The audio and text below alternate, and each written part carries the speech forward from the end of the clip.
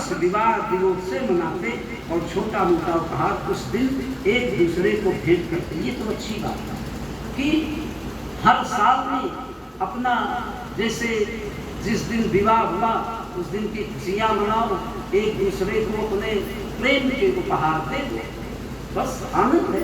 लेकिन अब पत्नी कह रहे नहीं मैं तो हार लूँ, वो कह रहे इतना धन नहीं, तो बोले कहीं से लाओ दे दो। तो मैं बोले हमारा ये काम हो जाए तब कर नहीं, वो जो जितने पैसे निकाल लवाज हमें दे दो, बाद में यही कलह के कागज। तो ये कलह जो है बस आनंद हो जाए। मेरी सोचने खरीदने की बात तो सोची, मेरी सोचने लगी कि पति की हाथ की घड़ी के लिए सुनहरी चैन खरीदी जाए। दोनों के मनोरथ मन में थे, साधन जुट नहीं रहा था। दिन निकट आ गया, तामस पुरानी घड़ी खरीदने वाली की दुकान पर गया और घड़ी बेचकर बदले में सुनहरी खरीद लाया। देव घड़ी बेच ली, मन में बहुत प्रसन्नता थी। मेरी क्या करती, वह सुनहरे बाल खरीदने वाले की दुकान, सुनहरे बाल खरीदने वाले की दुकान पर गई और अपने घुंघराले बाल कटाकर मिले पैसों से घड़ी की चैन भी खरीद लाई, सिर पर टोपा लगा लिया। दिन में देखो मतलब वो सुनहरे बाल थे तो उसको कटवा के बेच लिए, घुंघराले बाल दे दिए, सुनहरे बाल अपने लिए, और वो पुरानी नई घड़ी बेच के पुरानी घड़ी ले आए। बोले कुछ तो दे नहीं तो नाराज हो जाएंगे श्रीमती जी।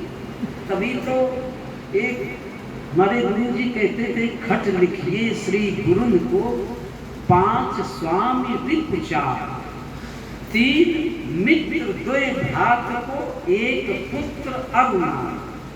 जब गुरु के लिए खत लिखा जाए तो 6 बार श्री का प्रयोग किया जाए और 5 बार स्वामी माने राजा के लिए, और 4 बार 5 स्वान और ऋचार, शत्रु हो उसको 4 बार और मित्र के लिए 3 बार। लेकिन 1 पुत्र अरुणान, जब अपनी पत्नी को भी लिखो तो 1 बार श्री। कभी तो लोग कहते श्रीमती जी, तो श्री का प्रयोग होना चाहिए। दिन आया उपहार देने के लिए, एक ने दूसरे की ओर हाथ बढ़ाया। किल्प कहाँ लगे बाल नदारत है, बाल है ही नहीं तो किल्प लगे कहाँ, चैन कहाँ बने, घड़ी गायब है। पूछने पर तत्व खुला, शोभित न होने पर भी इन उपहारों ने एक दूसरे का दिल सदा सदा के लिए जीत लिया। दोनों की आंखों में प्रेम के आंसू भरे थे। इस तरह मना हुए विवाह दिवस से मनाया। दाम्पत्य जीवन की आधारशिला में प्रेम, त्याग, समर्पण पर आधारित है। सच्चा समर्पण ही दाम्पत्य जीवन का आधार है। आवश्यकता पड़ने पर नारी को पति के लिए एक शिक्षक भूमिका की भी निभानी पड़ती है।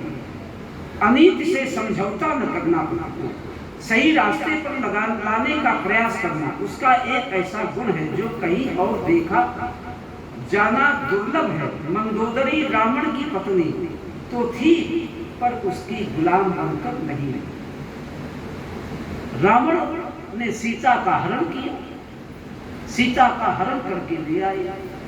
मंदोदरी ने कहा, स्वामी सीता कोई साधारण शक्ति नहीं है, आप दे दें, इसी में कुशलता है। रावण ने कहा कि लंका में जब तक सीता है तब तक मंगल है, और सीता चली जाएगी तो अमंगल है, क्योंकि मन मा चरण बंद सुख माना।